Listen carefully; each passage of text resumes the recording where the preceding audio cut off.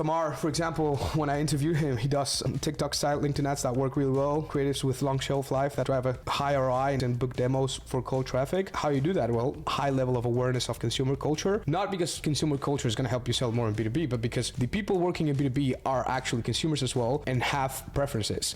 And the more you fit into their reality, the easier it is to sell to them. Your goal is to eventually get into a place where it's such a smooth process creating content that does well. As competition in volume and quality on LinkedIn increases through video, the packaging is going to matter more and more and more. You got to have visual hook, spoken hook on screen. Otherwise, your video doesn't work. What you sell is also what you talk about, what you create content about. It's much easier for agency owners or to build a founder brand in those terms, because I've seen firsthand with agency owners myself, is like, do a good job, document the process, distribute it. You don't need anything else. You just need to be talking in public about the stuff you're already doing for your clients. And that's like the most epic content.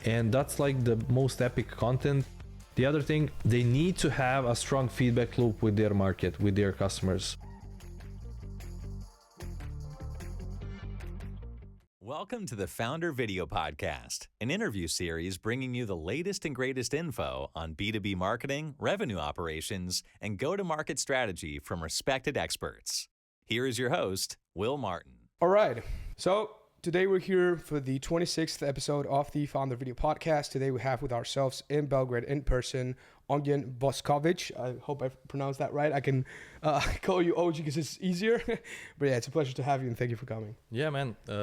Nice improv we did here. A guy from Spain living in Serbia and me in Serbia actually meeting for a live recording. Yeah. And talking about software B2B and LinkedIn and something that's not either something common in either Spain or Serbia, right? So it's really interesting. It's going to be fun. Yeah, as we said, my parents have no idea what I do for a living and most people around us. So yeah. Right. Good to be, man. So let's start with who you are and what you do, because I bet that most of my audience already knows maybe who you are, because you've been making a lot of noise on LinkedIn. You got that, a few viral posts that went really deep into the B2B SaaS marketing and sales sphere. But I want to get to know you and for the podcast deeper, right? Who is Ognjen Bošković?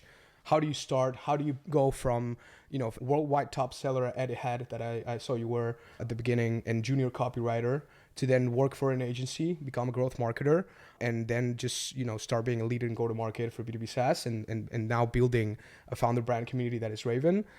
Tell us about that kind of like journey. Yeah, right off the bat with a deep philosophical question, who are you and all. Yeah, I'll try to give a more practical answer. So yeah, I've been in B2B go-to-market or mostly marketing, but now we call it GTM very often. So yeah, been there for like five-ish years. I guess there was a journey to get there. I started working very early, like 16, 17, and then got serious about working when I was like 24, when I had my first kid, my son. And then, yeah, my first proper, like adult job was contact center of Etihad, the airline. And I went there without like existing sales experience and all, but I managed to be like a top seller worldwide out of all the contact centers in the world. So that was fun, but obviously I wasn't like getting a share of what I sell.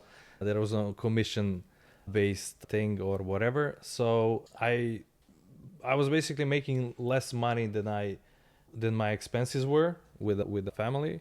And then I started basically doing, like side things. And that for me was content writing. And then after Etihad, I got a job doing like content copywriting gig full time. That didn't last long. I moved to like a proper direct response company where I was doing like full on copywriting. So I guess that's at that company I kind of, entered the marketing world. So yeah, direct response marketing, B2C setup. And after that, I had a few like ups and downs, but I eventually ended up in B2B. So yeah, first it was an agency. And I would say I was very lucky in my career journey so far. The agency I ended up working at as a growth marketer, or basically the first marketing hire. So I was doing basically everything. And I ended up at an agency that now works with Clay, with our B2B, with ClickUp. So someone with already then an amazing track record and amazing case studies and all, basically content/SEO agency. And that was probably the big revelation for me then, was the founder brand that is now like my main thing. Because basically we launched a SaaS product as an agency, and I was the only one doing marketing with the founder. And just on top of like the founder brand, that was basically the only thing we were doing. We generated a ton of pipeline. We got amazing clients, a lot of inbound. We launched this SaaS product, took it to like, I don't know, 150k ARR in 3 months or so. Launched another SaaS product, made something like in those a bit under 2 years, we made like 500k cash through these SaaS products and way more through the agency. So that was kind of my first experience when I saw the power, the impact of founder brand. After that, I went to CXL. Again, an amazing example of power of the founder brand is the founder and now president, I think, of CXL. You probably know him from Winter.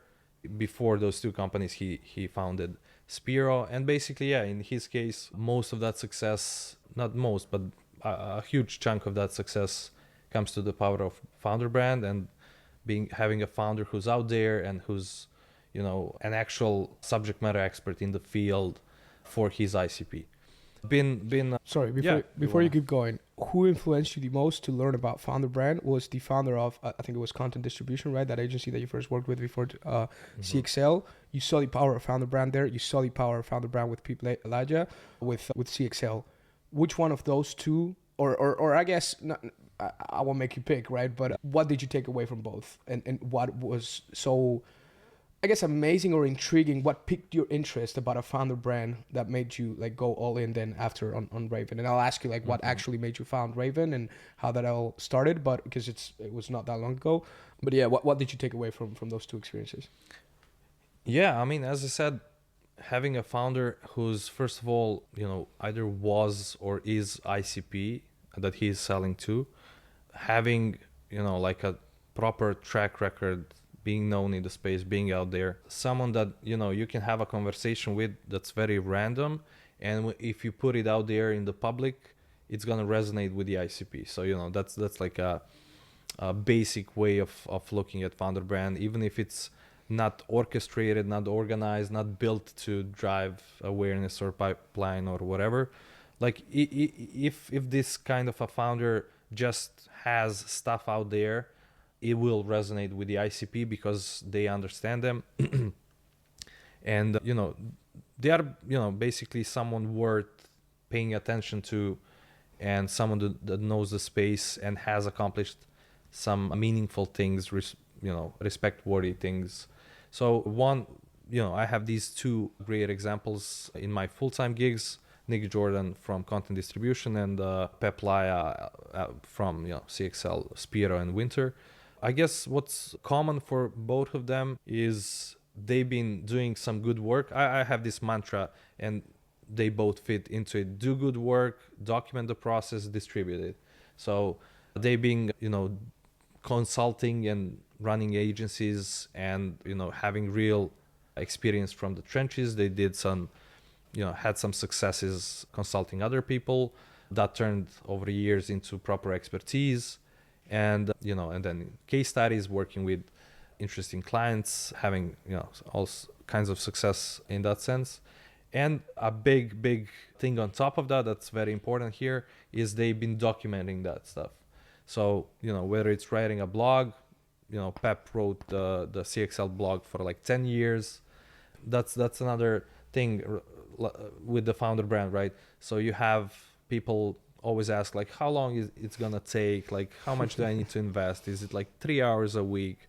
Like, if you ask those questions, you're probably already looking at this in a wrong way.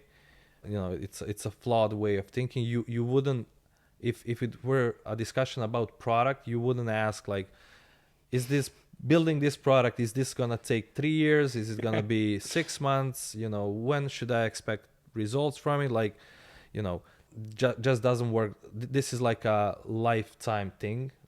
So, founder brand, I guess, works best when you kind of have it in the background of your entire career. So, yeah. I want to make a point there because you mentioned, this is, I mean, anyone in the founder brand space, or just overall brand marketing and now demand generation and whatnot has heard or encountered this objection many times. How long is it going to take? Is it going to generate results? I don't want bells and whistles, right? I want revenue. Sure, yeah. But if you want a founder brand, again, as you said, it's a lifetime thing. And you cannot expect, my life cycle of a company is expected to be 5 to 8 years because I have a VC cycle going on. And I'm going to build this founder brand to grow my company that I, got 40 million invested in. And now I need to grow efficiently. And the only way to do so is through founder brand. I'm going to build this founder brand and then exit and nobody knows about me anymore. Wrong, completely wrong, because you're missing, most importantly, on most of the benefits that you can reap from a founder brand that start to appear. I would say, I'm not there yet, but I've seen it time and time again. 5-10 years in a founder brand, that's where you start actually getting the exponential returns. In the same way you're comparing it to product, everybody understands. I mean, at this point, it's common in the US to need 20 million, 40 million, 50 million, 100 million for runway to build product and hire engineers. Now we've made it a norm in 2022 to do the same with SDRs.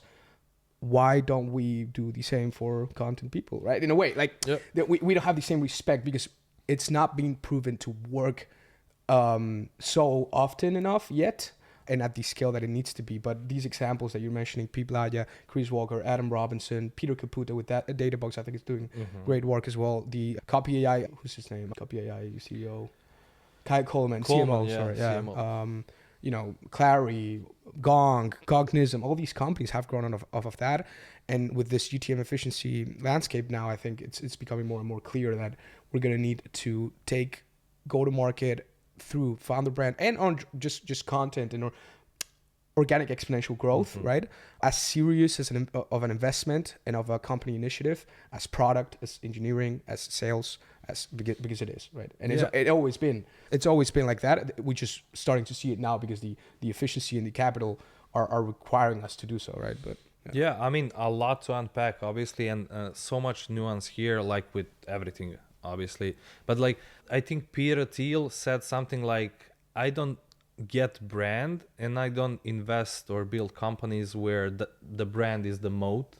So he was behind companies like Palantir, PayPal, I don't know, so many of them, Facebook, right? There's this, tiny majority of companies that are uber successful, pun intended, Uber is one of those companies that kind of, again, back to Peter Thiel, there's this type of business that's built to become a monopoly. He calls it, 0 to 1 type of business. And then there's 1 to N type of business that is kind of, in a more crowded space that doesn't, have a chance of becoming a monopoly. So there's this monopoly type of business that is hugely innovative. Like think of, Uber, think of all the big social medias now, like Facebook, LinkedIn, TikTok. So with these kinds of businesses, founder brand is pretty much irrelevant because it's a whole different game.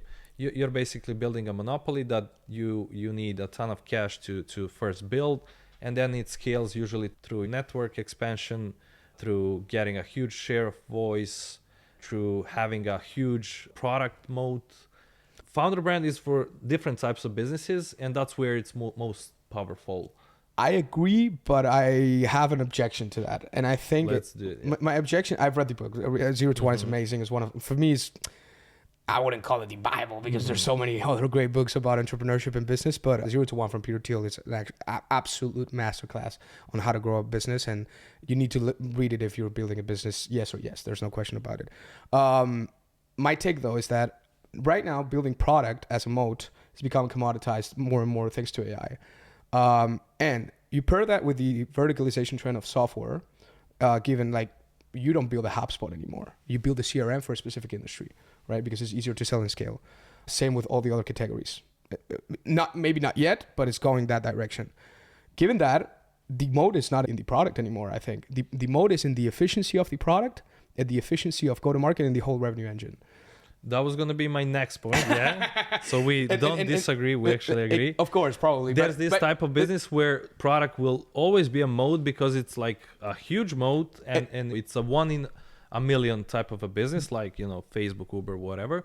So, but that's like 0.1% of all the businesses. Every other business product is slowly becoming, you know, a very weak mode or not a mode. Exactly. And the other things are becoming a mode. I would say brand is, in my view, one of the biggest modes, especially when you have a situation like that. Because I think AI has made building a product mode easier and therefore less valuable. And AI, in the same way, because of AI, building a founder brand mode or a branding mode is harder and more scarce if like done right. Because people now, and let's get into this, because you've built Raven. Now it's a community of 40 founders, right? Yeah. And you have founders from SEMrush, Databox, Client Boost, if I'm not mistaken. Some other great companies there and really good thought leaders.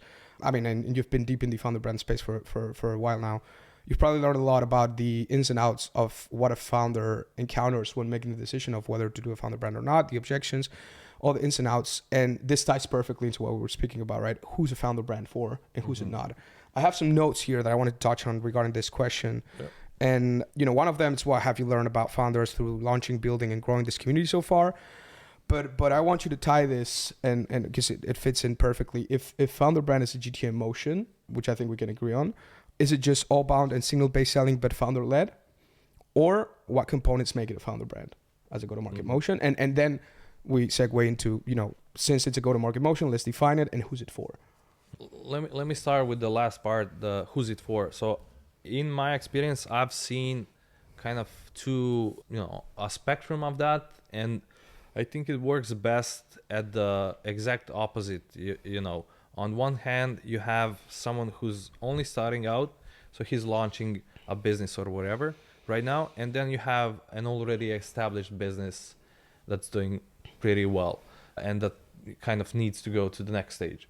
So let's say, you know, zero revenue, this side of the spectrum, you know, you have all these options when it comes to your first channel, right? Your first go-to-market channel. Traditionally, I would say most of the time that was outbound. Sometimes it was SEO, but like kind of a slow burner, slow growth there. Social media, you know, is becoming more of that now. You know, cold email, cold calling, network, getting referrals from people you already know. So I guess that was the usual playbook, but all of that is getting very saturated. And I hear from founders all the time, like, I spent $10K on outbound for the past few months or 2 months or whatever, zero replies, zero anything. There are, obviously, I'm not going to be saying, you know, any channel doesn't work or is dead or whatever, but it's getting much harder to do this, to, you know, kickstart growth when you're starting from scratch via these, you know, traditional channels. So basically, the playbook can be as simple as, I'm building this business, I'm investing, you know, time, money, whatever, and I'm just going to be documenting what I'm doing. And we've seen this work out a bunch of times where it's not a overly sophisticated strategy. It's the act of you documenting what you're just what you're doing, and, you know, making that public, building a feedback loop with your market, with your audience, with your ICP, you know, and doing all of that, you know, a big chunk of that in the public. So I'm seeing this, you know, from scratch type of businesses benefit a lot from founder brand. And then on the other side of the spectrum, I'm seeing established businesses doing, I don't know, 5, 10, 20, even more million ARR. And they kind of are looking for the next big growth lever. And, you know, they realize that founder brand is that growth lever. So yeah, I would say those two use cases that are, you know, essentially the opposites, that's where I'm seeing, you know, I guess biggest successes with founder brand. On one hand, in the first scenario, when you're starting from nothing, basically you have nothing to lose. you have all these channels at your disposal, but basically you gotta pick one because you won't find traction if you're all over the place trying everything at once. And these traditional low cost, quick reward type of channels are very hard to find success in right now, especially cold whatever, outbound. And this other situation where you already have a meaningful business doing well, basically you have now more time to, you're not in the trenches as much. You gotta stay in trenches to do founder brand well, but you're not, your time commitments are lower, and you have time for this. You have, more resources. You can find support in your VP of marketing or hire external support. You can do more video content. You can afford a studio like this and all. So yeah, those two kind of archetypes are the ones I'm seeing finding most success with founder brand. This podcast is brought to you by FounderVideo. We'll cut your LinkedIn ads costs by at least 50% with natural-looking creatives that prospects actually want to consume. Just have an expert in your C-suite show up to a 90-minute interview once a month and let us take care of the rest. Turn LinkedIn ads from an accepted line item expense into a scalable revenue channel that fits into your go-to-market strategy. Book a free consultation at foundervideo.io. So I want to ask you a question, and you can answer it in two different forms, whatever works best for you. I think the second one might give it a little bit more insight into this, but when talking about who is a founder brand for, I think about it in two ways. You may, want to develop a set of parameters to qualify someone, and maybe think in terms of ACV, longevity. You mentioned maturity stages, right? Whether you're early or scale up, because that determines the time of the CEO or the availability that he has or she has. You can look at maturity of the marketing ecosystem, headcount. I don't know. There's many objective parameters that you can measure. And the question is, of course, what components make someone more likely to be successful with a founder brand? And the other way to answer this is just, you let us know, what scenarios you've encountered the most that represent the current situation for the different types of founders that want to do founder brand. Maybe that you've, encountered through sales calls or just, customer calls on LinkedIn sections, DMs, whatever. Yeah. So definitely, there's definitely a scenario where anyone can benefit from this. Like, you can see this in B2C, B2B, highly technical niches, or the opposite. But yeah, there's definitely going to be bias in this question because I carved a space where I want to work on this, because I've seen the most outsized returns on this investment. So I would say let's focus on B2B because we're both there. So the audience is probably going to be too. B2B, I think the more saturated space, the better. So, the founder brand thing is a way of standing out. So in that sense, the more saturated the space, the better. Like Martech is a great example. And we've seen a few great founder brands or social playbooks come from companies that are in this space. Mm-hmm. Like, you have these old companies dominating this space for a while. You have the Salesforces of the world, Adobe's, whatever.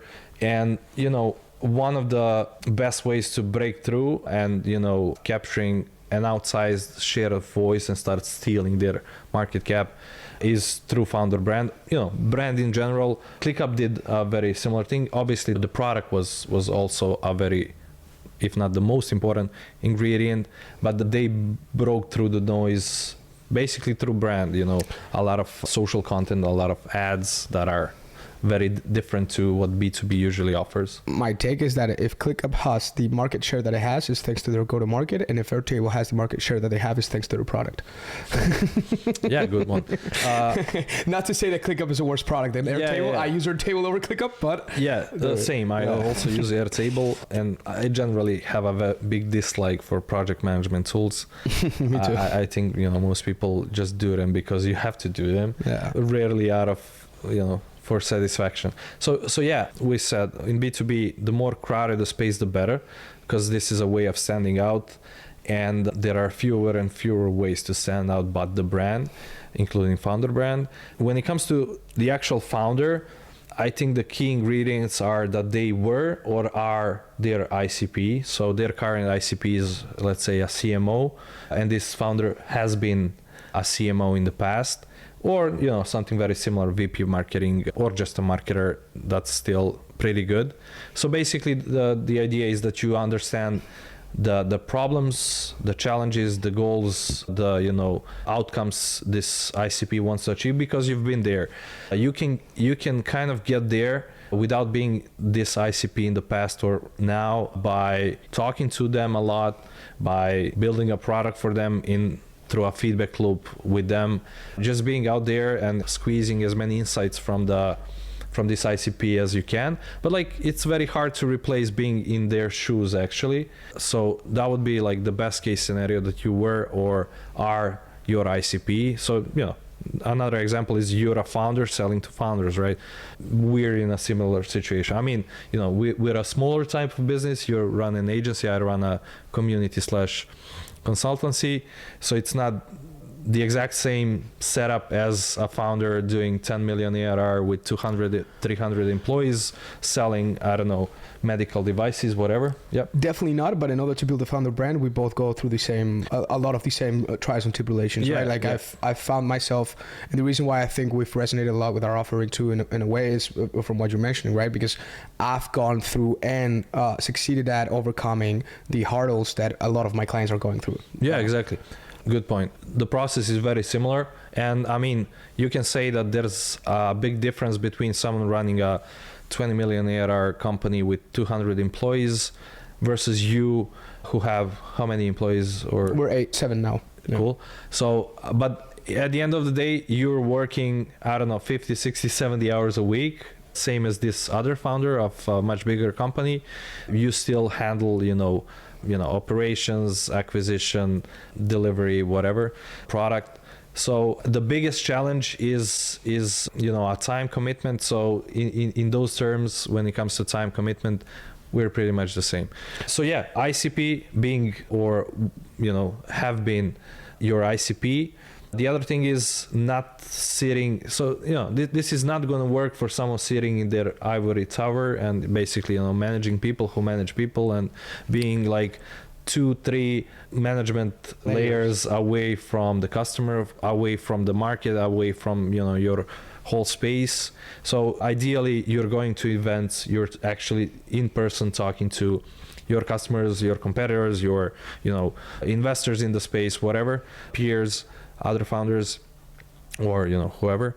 You're talking to customers, I don't know, through on a sales call. If you're more far off further from doing just founder sales, you'll probably still be in some bigger deals, actively working in those, actually being involved in building the product. Again, that's something that's obviously happening when you're very early stage, but later maybe you've delegated a piece of that to, I don't know, CTO, chief product officer, whatever. So basically having some essence, having some kind of insights and data that you experience daily, telling you what's going on in your space, what your customers are complaining about, worrying about, what goals they have.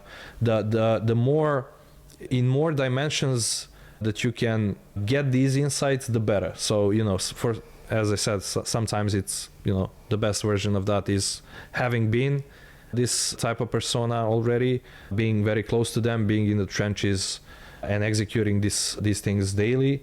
Those are generally the best things that allow you this kind of intimate understanding of the space and your customer. Intimate and deep decimals. Yeah, definitely. Chris Walker said, and I want to ask you about the nature of the founder's personality and how that influences because you mentioned, the guy that it's in their ivory tower and only manages people that manages people, and they're caught up on the layers and they're not in the trenches anymore, or detached from them, and therefore not close enough to the customer, and therefore their pains and the deep understanding that it takes to build a founder brand that resonates. But the personality plays a big role, I think, on other areas. I mean, call it charisma, call it ego, call it, there's many things there. But before we unpack that, because I bet you probably have a lot of insight into that, talking to a lot of founders, Chris Walker said one thing in this episode 223rd about art versus science in evolving the CMO role and whatnot. And one point he made, because he got asked, how do you validate problems to understand whether they're worth building a solution around them them or not, which is, I think it's a really great question, because it comes down to literally how do you validate whether it's worth building a business and a brand around the topic, or, you know, create content around it to create sales or not, and whether it's going to work or not in advance before you do it. How do you tell? Well, he mentioned 3 things that I think are really, really key, and that any other founder can do before they start going all in or involving their team into the founder brand playbook. And it's getting paid for consulting, quantifying the problems with data, not necessarily yours, but, you know, quantify the problems that your ICP has with data. And then second, educate the people on the problem with that data.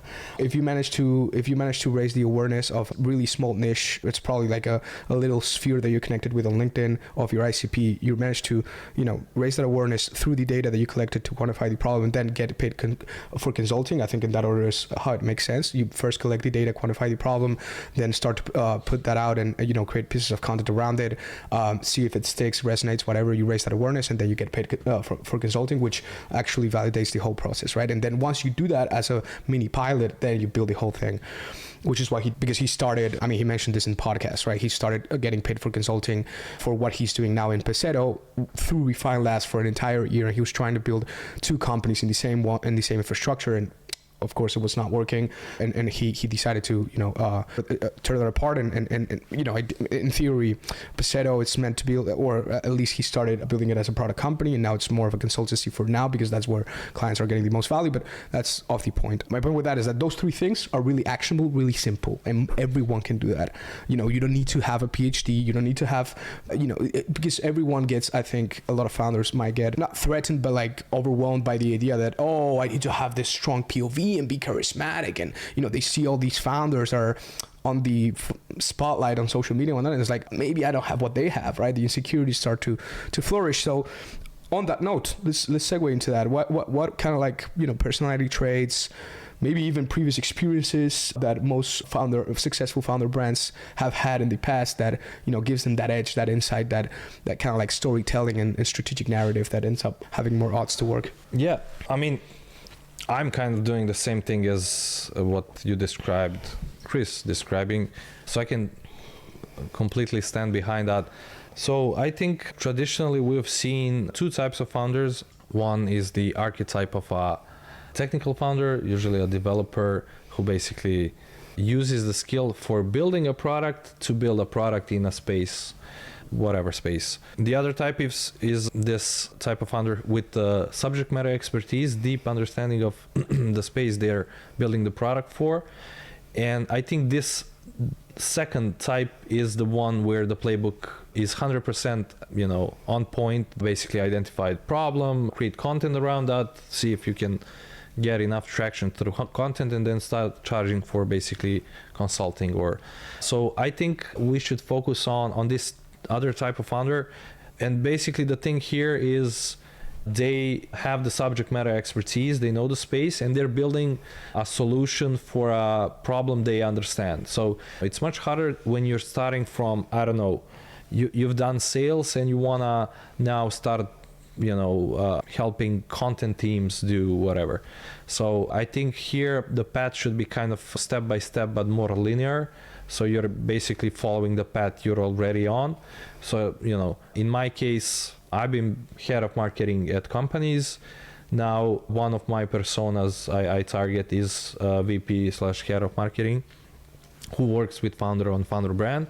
And I'm kind of also a founder. So I'm basically selling to 2 ICPs that I've been or am or whatever. So in that case, yeah, that playbook makes most sense. And generally, I think, you know, people starting companies should learn more about the things you should do before starting a company, and kind of giving yourself the most chance of success. And this playbook you described from Chris is essentially that. You're trying to get a proof of concept before you invest more time, energy, money, whatever, into building a business. Because you need that. You need like signals of product market fit even before getting actual product market fit. And the best way is to see if people will pay you to solve a portion of their problem. So let's say your problem is, I don't know, marketing attribution, whatever. Before you actually spend, I don't know, $1 million on building software for marketing attribution, maybe you should first see if people will, obviously you have to be a subject matter expert in that to have some opinions. Yeah, you do craft a narrative, see if it sticks, iterate over time, and first start charging for your advice or implementation in this space. And then if you have all these signs checked, then yeah, probably it would be worthwhile pursuing building an actual product solution for that. Totally. What would you say is the most important skill or trait in a founder to build a successful founder brand? Only one. Yeah, communication, and communication is in other words thinking. I mean, such a lame answer. No. It's I like. But I yeah, like I mean, you writing or doing a podcast like this requires thinking, and then being able, doesn't stop there. It's not just thinking. You have so many kind of more technical engineer type of people who are great thinkers. They are smarter than you and me a lot, but they are not, able to communicate their thoughts very well. Chris is kind of the poster child of founder brand. You already mentioned him. We are promoting him even for though free. we're doing something, for ourselves or the audience, whatever.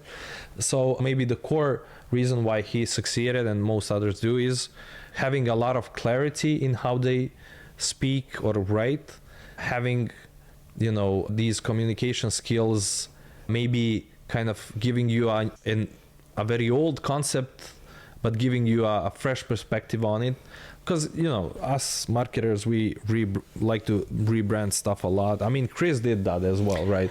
Maybe he would disagree, but like most of the time he's basically rebranding marketing because marketing got such a bad rap and I don't know, went to shit in the B2B space and never got for the longest time didn't get the reputation and basically didn't get what they deserved. The sales did. So yeah, being able to communicate your thoughts very clearly, being able to offer a fresh perspective on things that have been out there for a while, being articulate, right? So I would say communication as an extension of first thinking. Totally agreed. Yeah, for me, there's no other way around it, but I think the support to communication, that's the most important, is what you said, thinking strategically. That's how it's called, right? Strategic thinking. Something taught a lot in the consulting industry, and not something for everyone too, because you need to have, I mean, I hate to say this, but at the end of the day, it comes down to IQ too. People don't like to accept it, but it's an objective metric for a reason, and it exists for a reason, and it's standardized for a reason, et cetera, et cetera, et cetera. You need to have the capabilities to think abstractly, most importantly.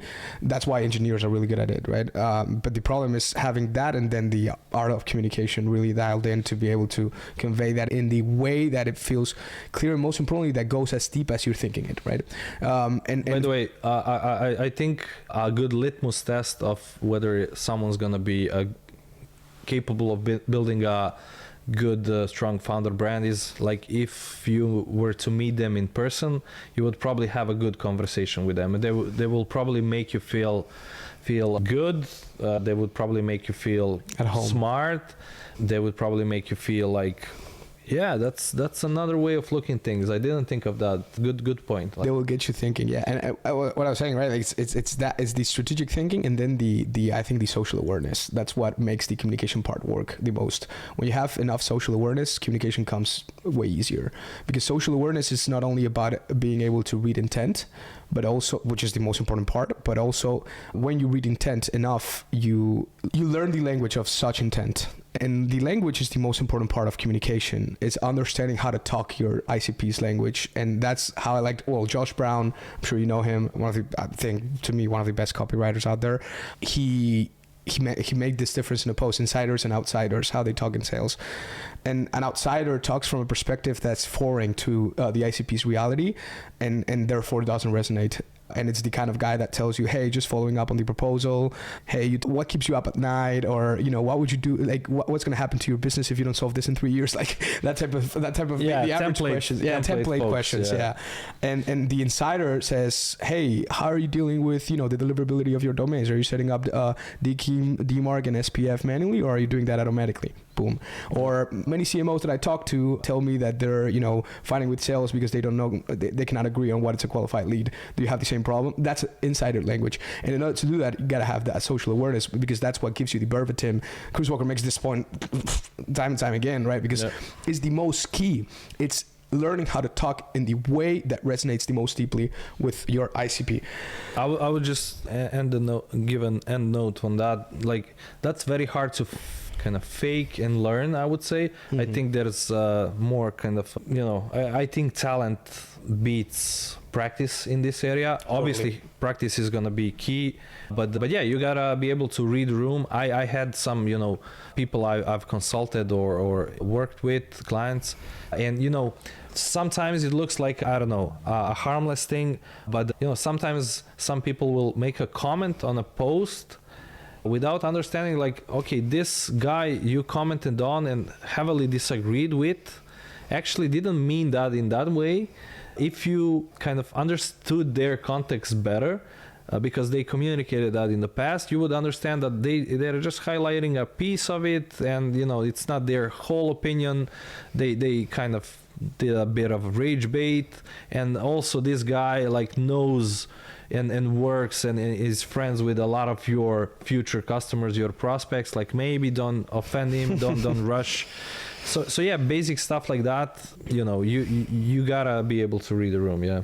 And I think talent plays a role, but I can tell, I mean, not for me to say, of course, but I do think I have some talent in that, because I've been told so many times in my life. But when it comes to the practice, I found myself, you know, being a fucking asshole in comment section sometimes, right? And you learn from it, because you missed something that you weren't aware of, and you spoke too fast too soon, right? And you know, my grandpa used to say one thing every time you talk. You know, I have this phrase in me, which is, what a great opportunity you missed of shutting your mouth up, right? Like, it's always a great moment to not talk. I think silence. If you want to learn how to talk, it's the same with content. If you want to create great content, you got to first be a first-class consumer in a way. If you want to be a first-class creator, absolutely, you got to consume the best content. And it's the same with food. It's the same with every inputs and outputs, right? If you want to output something from your energy, from inside, from within, from your core needs to be nurtured in the best way possible. You are what you eat. Yeah.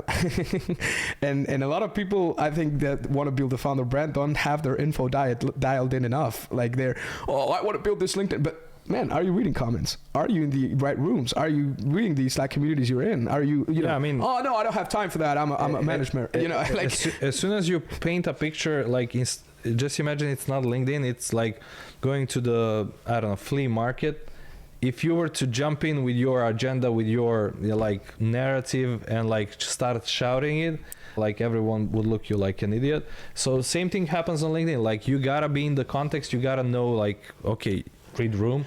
So yeah. I mean, just common sense. Like, we can sort out so many go-to-market or business issues just by common sense, first principles thinking, and common sense. Yeah, fundamentals. It's all about that. I like to make this analogy a lot. You mentioned now, like, it's the same way. Like, you try to get into LinkedIn and get the enterprise clients and pushing your narrative without talking to anyone or understanding anyone. Picture the same thing happens in social life, and a lot of people do, and they get a lot of social scrutiny for it. People that go, men, more specifically, go to a club, and they're trying to drag, or, you know, I say drag because it's French, whatever, but they try to date or interact with the most beautiful women, whatever. And they can't, because they're pushing the narrative. They're not social aware enough. They're not waiting enough. They're not nurturing the sales cycle, so to speak, right? Like, it's the same thing. It's long, and they are applying shorts. You're trying to close Microsoft on the second meeting, man. Like, chill out. You know, you haven't even gotten a warm intro, right? Yeah. And you're going cold. Well, so it's the same thing on LinkedIn. And people, because of social media, have detached from the consequences and the principles by which they act, I think. But either way, because the consequences are not that real, and nothing feels real in social media anymore. But yeah, that's a good thing most of the time. Yeah. We talked about the moat, and I want to touch a little bit deeper into this before we get into the final question, which is whether, you know, this works for a product or services company in the same way, and how does it differ, because I think it's really important, the founder brand, I mean. But before that, we touched on this before, whether the founder brand is an ultimate moat or not, and how does it compete against other moats. we made the point. I think the product mode has become more commoditized. It's easier and easier, and for these, it's because of AI, and AI in the same way has productized content and regurgitated stuff. Therefore, the scarcity of a founder brand that is actually genuine, has expertise, etc., has become more valuable. Now, how do you see this evolving in the next 5 years? Especially now we have the Klarna IPO coming up probably next year in Q2, and I think that's going to maybe hopefully be a turning point for SaaS in terms of deal flow for VC and whatnot, and that's going to paint a different picture maybe for GTM. Who knows? But how do you see this evolving? Do you think founder brand will be the ultimate mode for SaaS anytime soon? And this is a high level conversation, maybe going not off topic, but at the highest level, how does it affect the entire tech industry? Because it's not only SaaS, I think, and I mean, I do have strong opinions on this, but I do hate making projections, whatever. I think so. Right now, you and I know it because we're basically selling services around founder brand. There's a huge spike in demand. So I think the timing is right. This thing evolved over time. There's that part. There's the part that a few people kind of evangelized the whole thing and shown the value of it. And now, B2B likes to be a copycat. So a lot of people are jumping on this because, it works for someone else. Let me do it. So I think there's going to be this hype wave for the next 2-3 years. And then it's gonna drop because people will realize that the reason this works is because it's hard and AI won't help you much with this. In fact, AI on the other hand makes this easier because founder brand, one of its key ingredients is being authentic with this, and this coming from an actual person, not the brand of the company but the brand of the founder or people in the company. So on one hand we have this is easier because the essence of this allows it to stand out in the space that is becoming dominated by AI, by lame copycat regurgitated content. And on the other hand, I think demand is going to drop once people and companies start realizing how hard this is, and that it's something you can have, and it's not uncommon. And people like me, you and me, try to create almost immediate results through this, but in its essence this is a long-term bet. And it's not even a bet. Like if you do this for 5-10 years, I don't see how you can fail at this if you have some of these ingredients, obviously. So I think we'll see this demand for founder brand keep rising, because it's already very high, especially compared to like a year or two ago.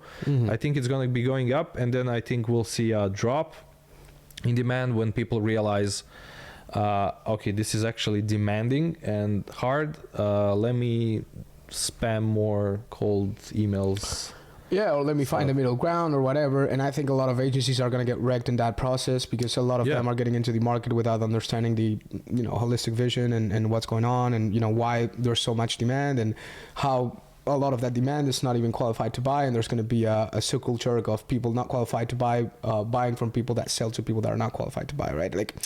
And then that all of that will die in a few years, and then only the greatest at building a founder brand then will stay, right? Now let's talk about how the founder brands impact differs in a product company versus a services company. Oh yeah. My take, I spoke recently for one of our FounderVideo Podcast episodes. Once this is up, it's probably going to be up, of course. But with Itamar Ben-Yair as a consultant for LinkedIn Ads, he does TikTok style creatives in Meta and LinkedIn Ads and Google Ads, I think, too, for B2B SaaS and whatnot. And he mentioned that for services rely a lot more on trust than product in a lot of cases. My take is that because of product has been commoditized, and what we were speaking about, that the product mode is not that often seen and harder to build anymore, because it's easier than ever to build product. And therefore I think product companies are starting to need that trust too, as much as services. And services is getting as efficient or as leveraged as software slowly with AI, because you need a fraction of the employees that you needed before to build the same size of a professional services company. Therefore, my take is that Founder Brand starts to serve both type of companies in the same way, because they're both getting closer to the nature of their business model. Like they're getting closer to have the same nature of a business model. I think product is now easier to build. Therefore, the barrier of entry to build such an exponential growth machine is not that low. Same with professional services. Well, professional services shifts away from the other side. The side was like you needed more capital because you needed people, and it's less efficient and it's less leveraged and it's less margins. Now it's the other way around. It's more margins, less people, whatever, because of AI too. AI is disrupting everything, of course. Now, what's your take on that? Especially given your experience, have you seen this working more on product companies? I'm sure, we're both focused on B2B SaaS, but I think, you've built your Founder Brand as a services company. You've been pretty successful at it. So insight into this. I'll start with this. Okay, so we have, SaaS or product company versus a service company. Who do you see getting more traction through Founder Brand on LinkedIn? It's a great question. That's why I want to get your take. But I think, a lot of the great examples are from both. Like I see examples from both. I did a post yesterday on this. Like, you can take product examples. You can take Cognism, Gong, Copy AI. We mentioned the ones we mentioned before, Hockey Stack, right? And then for services, you can take Chris Walker. You can take Finn, has done a really great job. Justin Rowe has done a really great job with the Founder Brand. Even AJ Wilcox has done a great job as well. It's not maybe as well, he's prolific, but in different channels too. Like he's not that on video on LinkedIn maybe, but now he's doubling down on it. And some others as well. There's most of the market leaders in professional services for B2B SaaS have built a Founder Brand. Well, maybe not most, but a lot of them. So it's hard. I would say my perspective is that the software or product companies get a lot of more coverage and respect from the space, from the market. Agreed. Like just based on the fact that it's a product / software company rather than agency. And you literally have different ticket prices at events for agencies, higher ticket prices, because they will annoy people and try to sell them their services. And there's kind of a different kind of approach and mentality in the product companies, where it's more like, I would say they are getting bigger returns with lower investments when it comes to Founder Brand or generally reputation, PR. And you won't see agencies in the headlines, right? It's also a matter of a business model, right? Agencies don't make big exits. They don't have big multipliers. They don't change the world. For now. Yeah, we'll see what happens with AI. But yeah, to go back to the question, I would say in terms of results, it's much easier to get results and just some natural attention that's already there when you're a product-based company. Agreed. But a big difference, and there's a lot of commonalities or rules that apply to both business models. But the big difference is, as a service company, your content and your Founder Brand is 100% equals your knowledge, equals what you sell is also what you talk about, what you create content about. So it's much easier for agency owners or whoever in the agency to build a Founder Brand in those terms, because the mantra I mentioned at the beginning of the conversation, and that I've seen firsthand with agency owners and myself, is do a good job, document the process, distribute it. You don't need anything else. You just need to be doing, basically talking in public about the stuff you're already doing for your clients. And that's the most epic content, the most underserved piece of the content pie.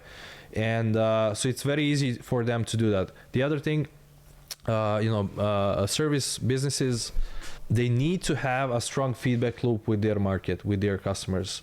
So they don't have positive NRR like SaaS. They need to acquire more and more customers. So they are always talking, always sales calls. They talk to customers, 5, 10, 50 times a week or a month. So they have this much more nuanced and deeper understanding of their customers than SaaS higher ups. They usually do, but it shouldn't be the case. My And again, that's why my take, it goes in that direction, and I hope AI delivers on that, because maybe it doesn't, and maybe professional services doesn't develop as I thought it would, or it takes longer, which is probably what was going to happen. But my take is that, Winning by Design understood it perfectly. They're both recurring revenue models, and that's why they're pretty much the same. It's super different, of course, a product company and a services company. There's many differences, of course, but AI is making those differences. There's less differences now thanks to AI, I think. And SaaS needs to learn, or product companies need to learn from how close services companies are from their customer. And services companies need to learn on how leveraged most SaaS companies are. That's kind of how I would say a big difference is Founder Brand is kind of all about documenting this journey, everything that's going on, and putting out content. So if content is one of, obviously is the key thing, almost synonymous with Founder Brand, we can call it founder content. Content is the medium in which you deliver everything, and brand is the outcome, right? So if we look at what the core offering or core specialization of these two types of companies are, service business offers knowledge, advice, implementation. So yeah, knowledge or skill. With the product, it's the platform you give them. So translating one and the other thing into content is way different. So SaaS is more complicated, I think. Yeah, because there's only so many ways you can talk about your product. So what has been happening in the B2B SaaS space recently, we've seen some innovation in the way how companies market their products. My ex-colleague and good friend Obed from, he's now doing influencer marketing at Clay. He's doing a lot of these things where, it's a fun, entertaining version of, product guides. You're showcasing your features, you're explaining your value propositions, but in a fun way. I've watched the gameplays from the Hockey Stack series. Yeah. At Hockey Stack as well, where I was working with him. Yeah. So we kind of have to think harder how to, there are very limited options when it comes to how you market your product. So some people are trying hard to figure out different fresh ways to do that. With agency, with service businesses, like your core expertise, your deliverables, that's already your content. You just need to translate it. And like I worked and talk to a lot of agency people, and actually I'm having relatively easier success with Founder Brand with agency founders. And I often do these sessions with them where we just go and look through their Google Drive. They have standard operating procedures, they have all this documentation, they have all these frameworks, processes documented for their employees, for client-facing stuff. And just that stuff is like enough to give them like 5-10 years of content. It's just a matter of adjusting it so it's native to the platform you're posting, for the audience you're posting to. So it's much easier. And like if you have a successful agency business, service business, you're probably sitting on a pile of, a shit ton of content that just is a matter of adjusting its context so it's native for the platform. And one final thing. So for SaaS, for software product, whatever we want to call it, it's, you can get more creative about marketing your product, your basically solution to a problem. But I think the companies that are doing really well in B2B SaaS are doing the opposite. They are marketing the problem rather than the product. So the way to, You need to do both though, I think. Obviously, yes. But if you want like to kickstart growth, to like make a big entry and then earn the right to talk more about the actual product you sell, I think you need to start with marketing the problem. It's a service business, but Chris is a great example of that. Like he doesn't talk about how they do stuff, what service they actually implement. That's very rarely the topic of his talks, but he talks about all the time about the problem. Because he doesn't even need to. As a service company, I found myself, we get inbound deals of people that ask for help and stuff that we don't even offer. You know, why? Because they acknowledge competence and they see, oh, this guy might be able to help me on this. Yeah, right? if you demonstrate that you understand the problem, you probably have a few. You probably have a few takes on how to solve it. Exactly, right? And that's a really great intervention. I think you're absolutely right. In services companies, it becomes way easier, because in SaaS, what you got to do is just doing the exercise of taking away from the capabilities of the product and the impact that it generates, de-link that, or like, you know, break that down and land it, you know, because it's there in the sky and the platform, and it's all, you know, turned into code the way you solve the problem, right? Literally, it's coded, and you gotta kind of like decode it through talking to the customer on how they use the product, recording live usage of the product, getting deep into your product. Your product analytics for a software company is like the gold mine that Google Drive full of SOPs is for a service company. Yeah, that's a good point. I would say in my work, that's one of the other pillars of everything I do, like, you know, original data, original research reports, that stuff. Like, yeah, really you know, the agency can have stuff like that. Like, you know, if you have like 100 clients, like some of my clients do, and you have like 5 to 10 years of historical data, their performance data, and you're selling performance marketing, whatever, and you have, you know, a shit ton of content. Again, with software businesses, product businesses, you know, you have, again, a shit ton of usage data, trends analysis that you can do, whatever. I was going to put Chris Walker as an example again, but I don't want to, because we put it already like many times, so I'm going to put another one. Leave him alone. But Chris Walker is a great example, because he's also collected, we already know, right, the 52 companies' data of their financial and CRM, and it's giving him the direct insight into let's just use a few different examples. Like when it comes to data coming from product companies, vendor, Chartmogul, Paddle does a great job. So yeah, I was going to mention Carta. I think that's an amazing job. Peter Walker, the head of insights. It's amazing. Yeah. The infographics that they put out, and how, you know, for them it's kind of easier in a way, but hey, the infographics it's content that they're putting out from the product analytics and from all the data that they're collecting. It's not something that the product already spits out, right? Like it needs to be done. But that's how you communicate the value of a product and do the founder brand stuff, through getting the data that you collect from the product and taking that into insights that are actionable for your ICP and that are actually useful.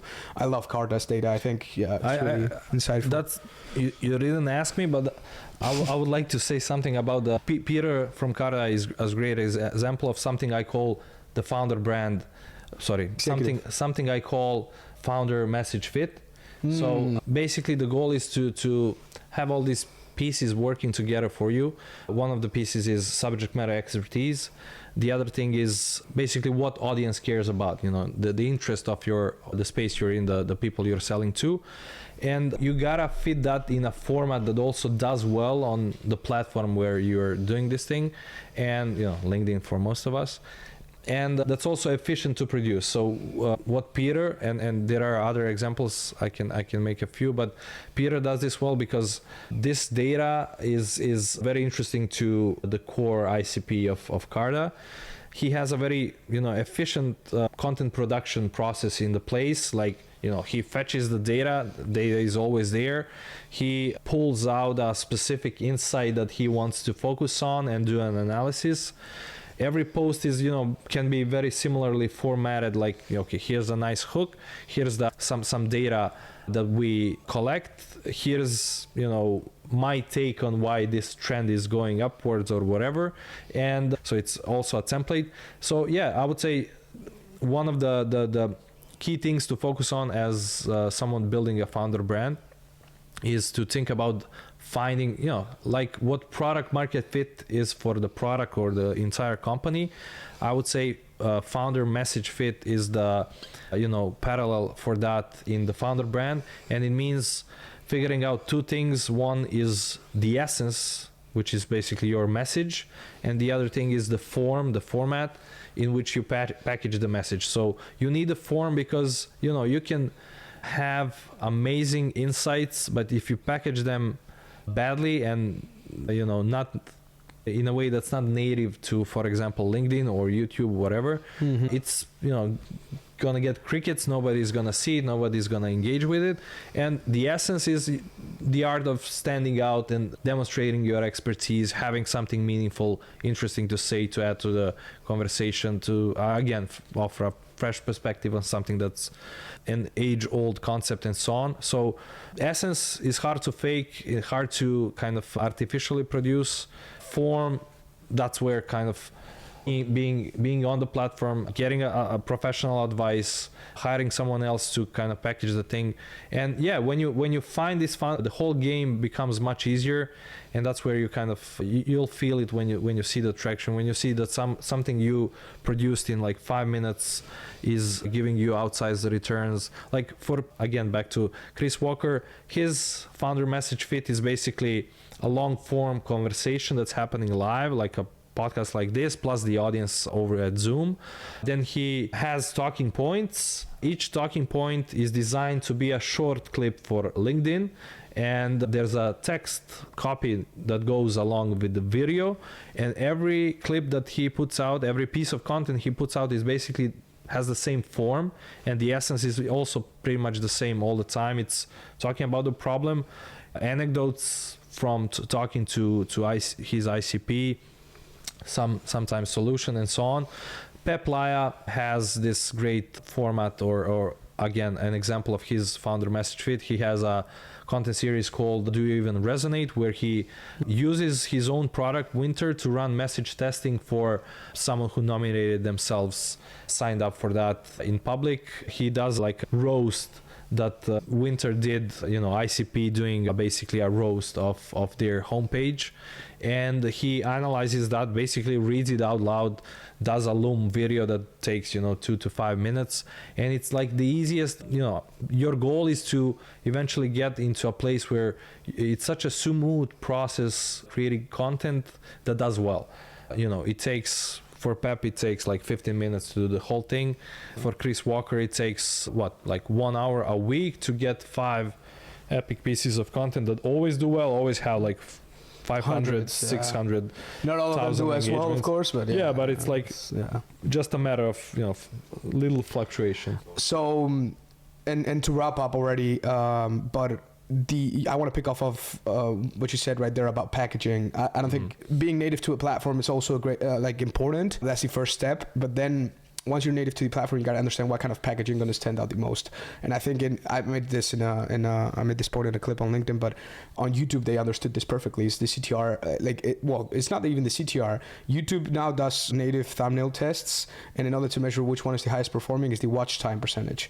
It's which thumbnail creates the highest watch time percentage, meaning for how long people stay watching. And that has to do with how YouTube also reads the transcript and the title, and whether in the first third of your video your transcript refers the title and the text in the thumbnail as well, because it's all read by the algorithm. On LinkedIn now with the mobile video feed, there's a lot of components, and I'm not gonna break it down right now, but there's components. The first line of copy, of course.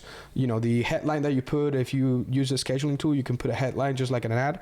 I don't know, like there's many things. The visual hook, the spoken hook in the video.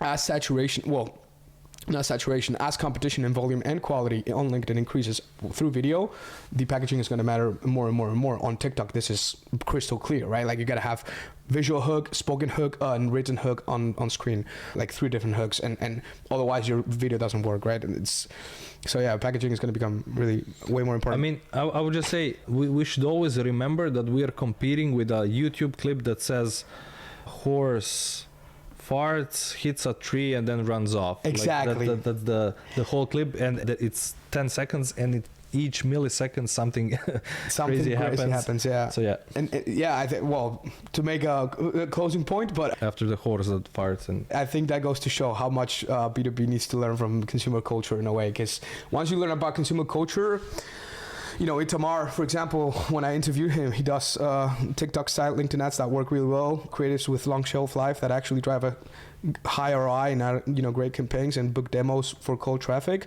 delivering SQLs and whatnot. And how you do that? Well, high level of awareness of consumer culture, not because consumer culture is going to help you sell more in B2B, but because the people working in B2B are actually consumers as well and have preferences. And the more you fit into their reality, the easier it is to sell to them. So yeah, this has been a really, really, really great episode. I think the audience is going to love it. A little bit long, but it's been a pleasure in person. So. Yeah, let's hope so. Do you want to promote anything? I mean, I'm sure, again, I think my audience is going to know you already, but feel free to drop, LinkedIn, whatever word you can find. Yeah, I mean, find me on LinkedIn. I won't bother with spelling my name. You'll leave it at the bottom. We'll put it in the description. Yeah. And yeah, check out Raven. It's my founder brand community, also a consultancy of the same name. So yeah, good doing this. Yeah, it was fun, man. It's been a pleasure. Thank you for listening to the FounderVideo Podcast with Will Martin, and we'll see you on the next episode.